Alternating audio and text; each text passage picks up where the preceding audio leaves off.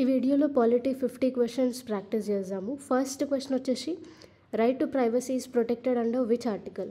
So right to privacy అనేది article 21 of fundamental rights కింద protect చేయబడింది. సెకండ్ క్వశ్చన్ వచ్చేసి a legislation that confers on the executive or administrative authority an unguided and uncontrolled discretionary power in the matter of the application of law violates which of the articles? So ఇక్కడ ఏమంటుంది అంటే లెజిస్లేచర్కి ఇంకా common పీపుల్కి ఈక్వల్గా చూసే article ఏంది అని సింపుల్గా అంటే కొంచెం కాంప్లికేటెడ్ వేలో అడుగుతుంది. సో ఇక్కడ చూడండి, application of law violates which of the article. So legislature కానీ అడ్మినిస్ట్రేటివ్ అథారిటీ కానీ వీళ్ళందరికీ ఒక్కటే, కామన్ పీపుల్కి కూడా ఒకటే లా అప్లికబుల్ కావాలని చెప్పే article 14 article. Okay, equality before law అని దీంట్లో మెన్షన్ చేసి ఉంటుంది. థర్డ్ క్వశ్చన్ వచ్చేసి what is the position of right to property in India? So అంతకుముందుకి మనకి 1976 కంటే ముందు రైట్ టు ప్రాపర్టీ అనేది ఒక ఫండమెంటల్ రైట్ లాగా ఉండేది అండర్ ఆర్టికల్ 31. తర్వాత 42nd కాన్స్టిట్యూషనల్ అమెండ్మెంట్ యాక్ట్ 1976 ద్వారా ఈ రైట్ టు ప్రాపర్టీ అనేది లీగల్ రైట్ లాగా చేసినారు. అండ్ ఈ రైట్ టు ప్రాపర్టీని తీసుకుపోయి 300A ఆర్టికల్లో పెట్టినారు. ఫోర్త్ క్వశ్చన్ వచ్చేసి what was the exact constitutional status of India on 26th January 1950? So మన ప్రియాంబుల్లో 26th January 1950న only sovereign, democratic and republic అనే స్టేటసే ఉండే. తర్వాత సోషలిస్ట్, సెక్యులర్ అనేసి 42nd కాన్స్టిట్యూషనల్ అమెండ్మెంట్ యాక్ట్ 1976న యాడ్ చేసినారు. Fifth question under Indian constitution the concentration of wealth violates. So Indian కాన్స్టిట్యూషన్లో ఒక పార్ట్లో కాన్సన్ట్రేషన్ ఆఫ్ వెల్త్ అనేది ఉండొద్దు, అందరికీ ఈక్వల్గా డిస్ట్రిబ్యూట్ చేయాలి అనేసి ఇట్లాంటి ఐడియాస్ ఉన్నాయి. సో ఈ ఐడియాస్ వచ్చేసి part 4 of directive principles of state పాలసీలో ఉంది. Okay, so part 4 of the constitution అంటే directive principles of state policy. So దీంట్లో వెల్త్ అనేది అందరికీ డిస్ట్రిబ్యూట్ చేయాలి, ఉమెన్కి మెన్కి ఈక్వల్గా వేజెస్ ఉండాలి, ఎర్లీ చైల్డ్హుడ్ అనేది ఫ్రీగా, చైల్డ్హుడ్ ఎడ్యుకేషన్ అనేది ఫ్రీగా ఇవ్వాలి బిలో 6 years వరకు అని. సో ఇట్లా మంచి మంచి ఇనిషియేటివ్స్ అన్నీ ఈ డైరెక్టివ్ ప్రిన్సిపల్స్ ఆఫ్ స్టేట్ పాలసీలో తీసుకురావడం జరిగింది. నెక్స్ట్ 6th క్వశ్చన్ వచ్చేసి కాన్స్టిట్యూషనల్ గవర్నమెంట్ మీన్స్. సో అసలు కాన్స్టిట్యూషనల్ గవర్నమెంట్ అంటే ఏంది అంటే కాన్స్టిట్యూషన్ ప్రకారమే గవర్నమెంట్ అనేది నడుస్తుంది. సో గవర్నమెంట్కి ఓన్లీ లిమిటెడ్ పవర్స్, కాన్స్టిట్యూషన్ ఎట్లాంటి పవర్స్ ఇచ్చిందో అంతవరకే దాని పవర్స్ ఉంటాయి, దానికంటే ఎక్కువ పవర్స్ ఉండవు. So government limited by the terms of the constitution అనేది కాన్స్టిట్యూషనల్ గవర్నమెంట్ అని అంటారు. 7th క్వశ్చన్ వచ్చేసి which fundamental rights incorporates protection against untouchability as a form of discrimination? So untouchability, అంటరానితనం అనేది ఉండనే ఉండదు, ఒకవేళ ఉంటే అదొక డిస్క్రిమినేషన్ యొక్క ఫామ్ అని ఫండమెంటల్ రైట్స్లో ప్రొటెక్షన్ అగెయిన్స్ట్ అన్టచబిలిటీ అని ఉంది. సో ఆ ఆర్టికల్ వచ్చేసి 17 ఆర్టికల్. రైట్ టు ఈక్వాలిటీ కింద ఆర్టికల్ 17 ప్రొటెక్షన్ అగెయిన్స్ట్ అన్టచబిలిటీ అనేది ఉంది. 8th క్వశ్చన్ వచ్చేసి in India separation of judiciary from executive is present in which part of the constitution? So ఈ directive principles of state పాలసీలో ఈ initiative కూడా తీసుకొని వచ్చారు. మన కంట్రీ కొంచెం ఎకనామిక్గా స్టేబుల్ అయిన తర్వాత జ్యుడిషియరీని, ఎగ్జిక్యూటివ్ని సపరేట్ చేయాలి అని article 50 of directive principle of state policy చెప్తుంది. 9th క్వశ్చన్ వచ్చేసి other than fundamental rights which of the parts of the constitution reflect principles and provisions of universal declaration of human rights? So మన fundamental rights కంటే వేరే కొన్ని ఉన్నాయి, అవి same universal declaration of human రైట్స్లో ఏం mention చేసి ఉన్నాయో అవే కాన్స్టిట్యూషన్లో తీసుకొని వచ్చారు. అవేంటివంటే ఫస్ట్ థింగ్ ప్రియాంబుల్లో article 22 of universal declaration of human rights తీసుకొని వచ్చారు. ఏంటి అంటే social, economic and political thought, Liberty of thought అని ఇది మన ప్రియాంబుల్లో ఒక సెంటెన్స్లో ఉంటుంది. సో ఇది ఈ యూడిహెచ్ఆర్ కిందికే వస్తుంది. ఆర్టికల్ 22 నుంచి తీసుకొని వచ్చారు. Next directive principle of state పాలసీలో ఆర్టికల్ 45, మన ఇండియన్ కాన్స్టిట్యూషన్లో ఆర్టికల్ 45 ఏంది, బిలో 6 years ఉన్న వాళ్ళందరికీ ఎడ్యుకేషన్ అనేది ప్రొవైడ్ చేయాలి అని. సో ఇది కూడా ఆర్టికల్ 26 ఆఫ్ యూడిహెచ్ఆర్ కిందనే ఉండే. సో దాని నుంచి తీసుకొని వచ్చినాం ఈ ఐడియా. నెక్స్ట్ ఫండమెంటల్ డ్యూటీస్లో కంట్రీ యొక్క ఎక్సలెన్స్ కోసం ప్రతి సిటిజన్ వర్క్ హార్డ్ చేయాలి అని యూడిహెచ్ఆర్లో కూడా ఆర్టికల్ 22 కింద ఉంటుంది. సో అది మనం ఫండమెంటల్ డ్యూటీస్లో ఇంప్లిమెంట్ చేసినాం. సో ఓవరాల్గా ఫండమెంటల్ రైట్స్ కాకుండా ప్రియాంబుల్లో, డైరెక్టివ్ ప్రిన్సిపల్ ఆఫ్ స్టేట్ పాలసీలో, ఫండమెంటల్ డ్యూటీస్లో మనం యూడిహెచ్ఆర్ ఐడియాస్ అనేవి, ప్రిన్సిపల్స్ అనేవి తీసుకున్నాం. 10th క్వశ్చన్ వచ్చేసి the 9th schedule was introduced in the constitution of India during the prime ministership of. So 9th schedule అనేది ల్యాండ్ రిఫార్మ్స్కి సంబంధించింది. సో ఈ 9th షెడ్యూల్లో ఏవైతే యాడ్ చేస్తారో దానిని థింగ్స్ని సుప్రీం కోర్టు ఇన్వాల్వ్మెంట్ అనేది అస్సలు ఉండదు. సో అదే 9th షెడ్యూల్ అనమాట. So prime minister Jawaharlal Nehru ఉన్నప్పుడు ఈ 9th షెడ్యూల్ ఇంట్రడ్యూస్ చేసినారు. ఫస్ట్ కాన్స్టిట్యూషనల్ అమెండ్మెంట్ యాక్ట్ 1951 కూడా ఇదే. 11th so first constitutional amendment act 1951 కింద ఈ 9th షెడ్యూల్ అనేది ఇంట్రడ్యూస్ చేసినారు. 11th క్వశ్చన్ వచ్చేసి which article safe guards the right to marry the person of once choice. So మీకు ఇష్టం ఉన్న పర్సన్నే మ్యారీ చేసుకోవాలని ఒక రైట్ సేఫ్ గార్డ్ చేస్తుంది. ఆ రైట్ ఏంటి అంటే article 21, right to life, right to privacy, ఇవన్నీ ఈ ఆర్టికల్ 21 కిందనే ప్రొటెక్ట్ చేయబడ్డాయి. 12th question federal structure for India was first put forward by. So అసలు ఈ ఫెడరల్ స్ట్రక్చర్ అంటే distribution of powers between centre and states. దీన్నే ఫెడరల్ గవర్నమెంట్ అంటారు. So ఇది first government of India act 1935 కింద తీసుకొని రాబడ్డది. 13th question preventive detention means. So preventive detention అంటే ఒక పర్సన్ని ఇంటరాగేషన్, అరెస్ట్ వారెంట్ ఇవేం లేకుండా ఆ పర్సన్ని తీసుకుపోయి జైల్లో వేయచ్చు. దాన్నే ప్రివెంటివ్ డిటెన్షన్ అని అంటాం. 14th question the constitution describes India as. So India constitution of ఇండియాలో ఆర్టికల్ 1 కింద India is a union of states అని ఉంటుంది. సో యూనియన్ ఆఫ్ స్టేట్స్ లాగా మన ఇండియాని డిస్క్రైబ్ చేయబడ్డది under article 1. 15th question persons may change but rulers should not change, but rules should not change is a principle of.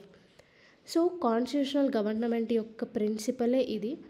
So constitution ప్రకారం ఏంటి అంటే చాలామంది ప్రైమ్ మినిస్టర్స్ వస్తారు, చాలామంది ప్రెసిడెంట్లు, స్టేట్ చీఫ్ మినిస్టర్లు వీళ్ళందరూ వస్తారు. కానీ కాన్స్టిట్యూషన్ అనేది ఒకటే లాగుంటుంది, రూల్స్ కూడా సేమ్ ఉంటాయి, అవి చేంజ్ కావు.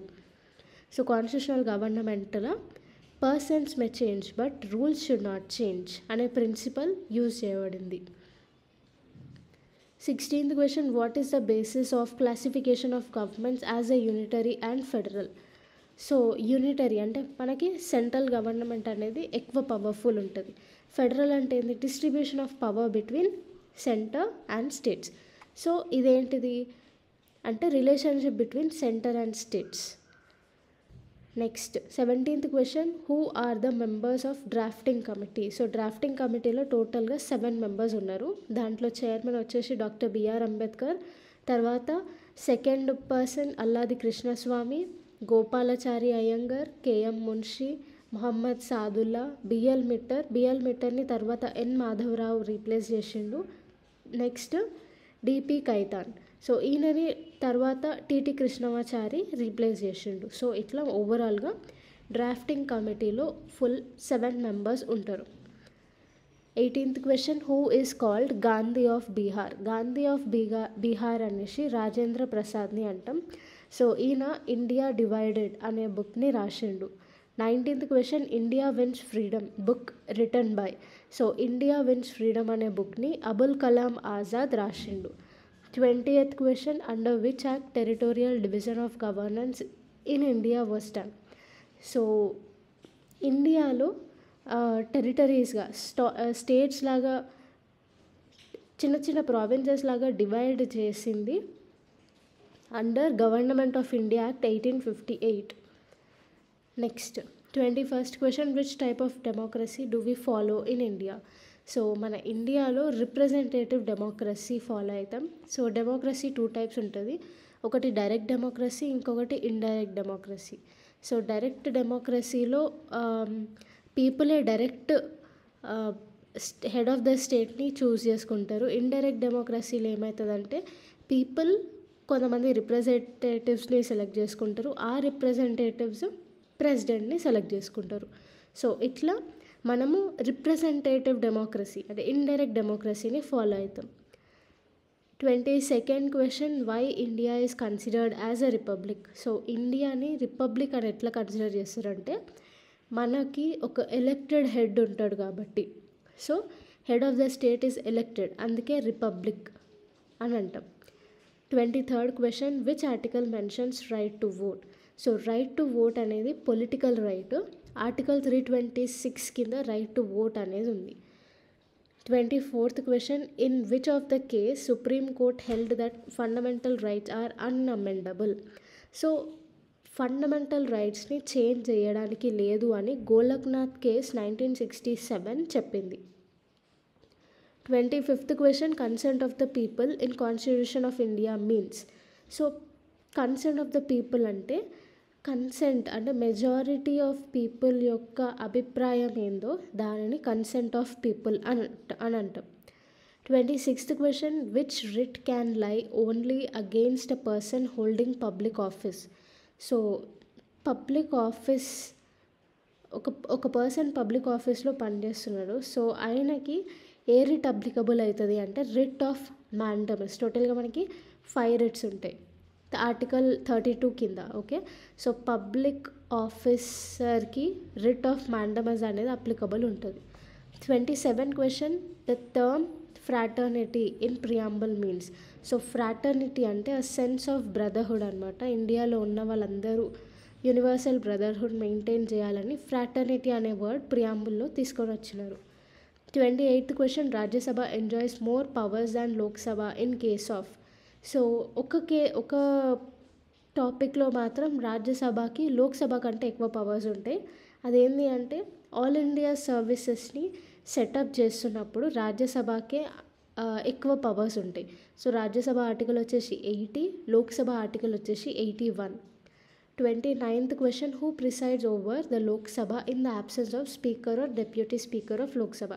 సో జనరల్గా స్పీకర్ ప్రెసెంట్ ఉన్నప్పుడు లోక్సభని ప్రిసైడ్ చేసేది స్పీకర్ ఉంటాడు. స్పీకర్ యాబ్సెంట్ అయితే డెప్యూటీ స్పీకర్ వస్తాడు. So speaker deputy speaker absent అయినప్పుడు వీళ్ళు ఒక ప్యానల్ ఆఫ్ మెంబర్స్ని చూస్ చేసుకుంటారు.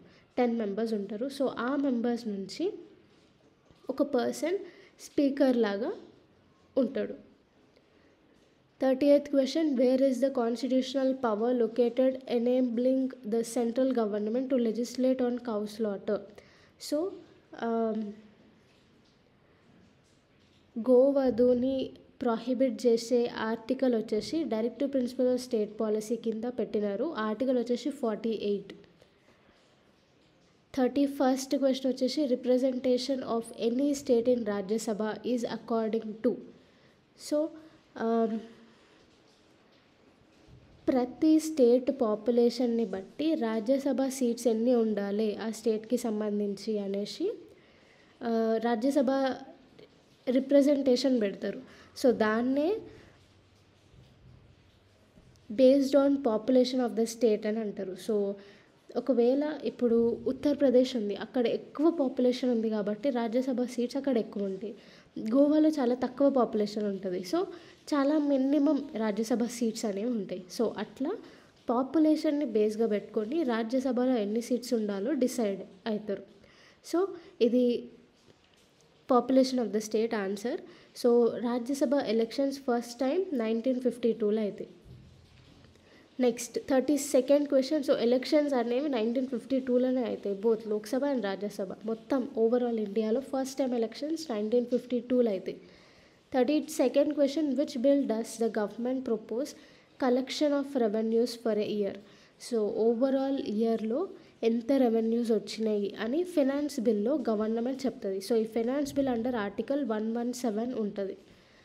33rd question, which parliamentary committee scrutinizes the CAG report? So answer వచ్చేసి పబ్లిక్ అకౌంట్స్ కమిటీ. సో ఈ పబ్లిక్ అకౌంట్స్ కమిటీ అనేది క్యాగ్ రిపోర్ట్ని ఆరాధిస్తుంది. Next 34th question, which innovative discussion process is introduced by the Indian Parliament to the world parliamentary system? So మన Indian invention అనేది 0 hour అనమాట. 0 hour అనేది మధ్యాహ్నం 12 నుంచి 1 మధ్యలో ఈ 0 hour అనేది ఉంటుంది. 35th question, trade unions comes under which list of the 7th schedule? So trade unions అనేది కాన్కరెంట్ లిస్ట్ కింద వస్తుంది. 36th question, the power to create or abolish the upper house of the state legislature belongs to? So upper house of state legislature అంటే legislative council.